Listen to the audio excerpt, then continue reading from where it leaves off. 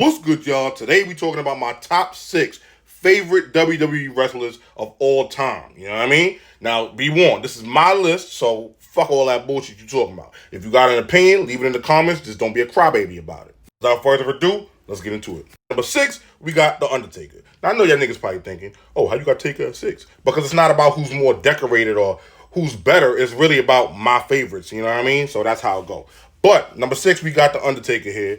Bro is wild legendary. He's really one of them ones. He's the best big man in ring, in my opinion. He better than Andre the Giant. He better than Big Show. He better than Kane. Like, bro, it's no debate. I ain't even gonna hold you. And them niggas not even trash. Undertaker is just one of them ones like that. And on top of that, bro literally held kayfabe for over 30 fucking years, bro. Who else was able to do that shit, bro? This nigga is really the epitome of what wrestling should be, bro. He's really one of the ones. Number 5, we got Kurt Angle. Now, Kurt Angle, this motherfucker's legit an Olympic hero, nigga. I'm not gonna hold you. Bro won with a broken fucking neck, B. Like, he says it all the time. How could you not respect that? Like, let's be fucking for real.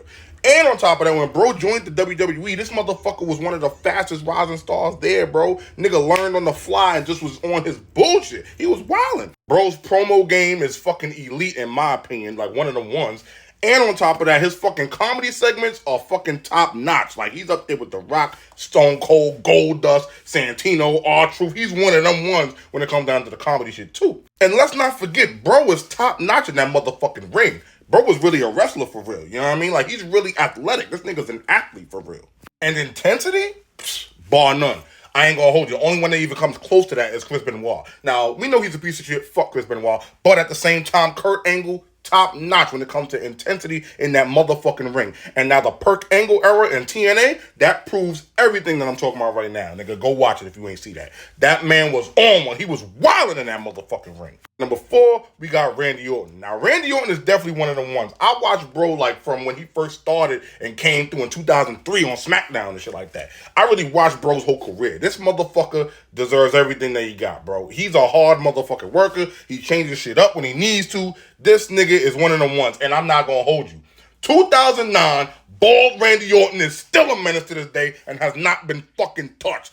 That motherfucker in 2009 was insane. Possibly one of the best heel runs ever, nigga. Like, that's how good that 2009 bald Randy Orton was. That nigga was insane. And on top of that, today he still wrestles at a high fucking level to say that he's the age that he is and he been wrestling for as long as he has. Like, come on, bro. You gotta give this nigga credit for that, bro. Randy Orton is one of them fucking ones. He's a legend. He's a legend killer too, but he's definitely a legend. Number 3, we got Stone Cold Steve Austin. Now, he's on this list for only one reason and one reason only. Nobody came through and shook the business the way Stone Cold did. Straight like that. Buddy had me sticking middle fingers at my teachers and shit, talking crazy, nigga. Like, I was wilding out in the classroom, getting in trouble because of this motherfucker, because I was trying to be like Stone Cold, you know what I mean? But Stone Cold, like, the Stone Cold Stunner itself, his fucking finishing move, everybody, even if you wasn't a wrestling fan, you was trying to do that fucking Stone Cold Stunner to people. Like, let's be fucking for real. Stone Cold was at one point bigger than wrestling, bro. He was like Hulk Hogan. Once again, fuck Hulk Hogan because we don't like him, but you know, Hulk Hogan paved the way. But Stone Cold took it to another fucking level that nobody else was ever able to do, especially for the time frame. You see what I'm saying? Like, he's one of them ones, man. We got to put respect on this man's name. This motherfucker is a legend. And dare I say, there may not have even been a WWE today without this motherfucker coming through and changing the game. Let's be for real. Like, Vince, we know Vince was a genius and all of that, and then he fell out of touch. But this nigga right here was integral in keeping the WWE alive. Like, you can't even front. You cannot sit here and act like Stone Cold wasn't the fucking reason. Number 2, we got my man Jeff Hardy. This motherfucker had me jumping off tables, fucking chairs and all kind of stupid shit, jumping off the fucking top of the jungle gym, trying to do swanton bombs and shit, had me doing this in my pictures and shit. Yo, this nigga right here, bro, Jeff was that guy, man. I don't give a fuck. Jeff was one of them ones. And he could have had a way better career if he would have stayed off them hugs. But it is what it is, you know what I mean? That was his journey. I still fuck with my man Jeff Hardy. He needs to be in the Hall of Fame, as well as Matt, because the both of them niggas as a team was elite, nigga. Straight like that. But you couldn't tell kid me that I wasn't Jeff Hardy back in them days. That's all I'm gonna say. You couldn't tell me nothing. When them niggas would lose in the fucking TLC matches, I used to be angry as fuck. Cause I hate Edge and Christian just because of Jeff and Matt Hardy. Mainly Jeff though, because like, you know what I mean? Bro was doing all the flips and all the crazy shit. You see what I'm saying? So we gonna give my nigga Jeff Hardy his motherfucking flowers. bro is a legend, as well as his fucking brother Matt. Now at number 1, we got a tie, right? My nigga John motherfucking Cena, B. When he came through in 2003, I watched this nigga, like I said, his whole career from the beginning to now. Bro was on his bullshit. I didn't really care for the PG era shit, but it's like as I got older, I realized bro was really like, you know what I mean? He was really knowing about the wrestling business and putting other niggas over, pause, helping the younger people come up in the business and all that. I respect John Cena for that, bro.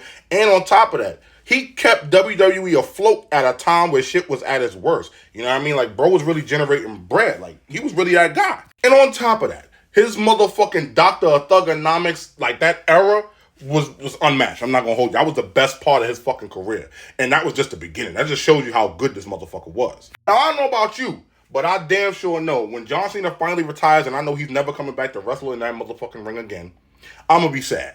Just like LeBron retiring or something like that, or Michael Jordan when he retired, or when we seen Kobe retire. Like, it's one of them kind of situations because that's how goated John motherfucking Cena is, bro. I don't give a fuck what y'all say. Fuck it. This man is a GOAT. I don't care. Now, of course, he's tied with The Rock. Now, The Rock, he had me wanting to be him. I ain't going front, bro. I was talking in first person, third person, whatever the fuck it was, acting just like The Rock. Oh, The Rock says. I was doing all of that, nigga, because I fuck with The Rock heavy, bro.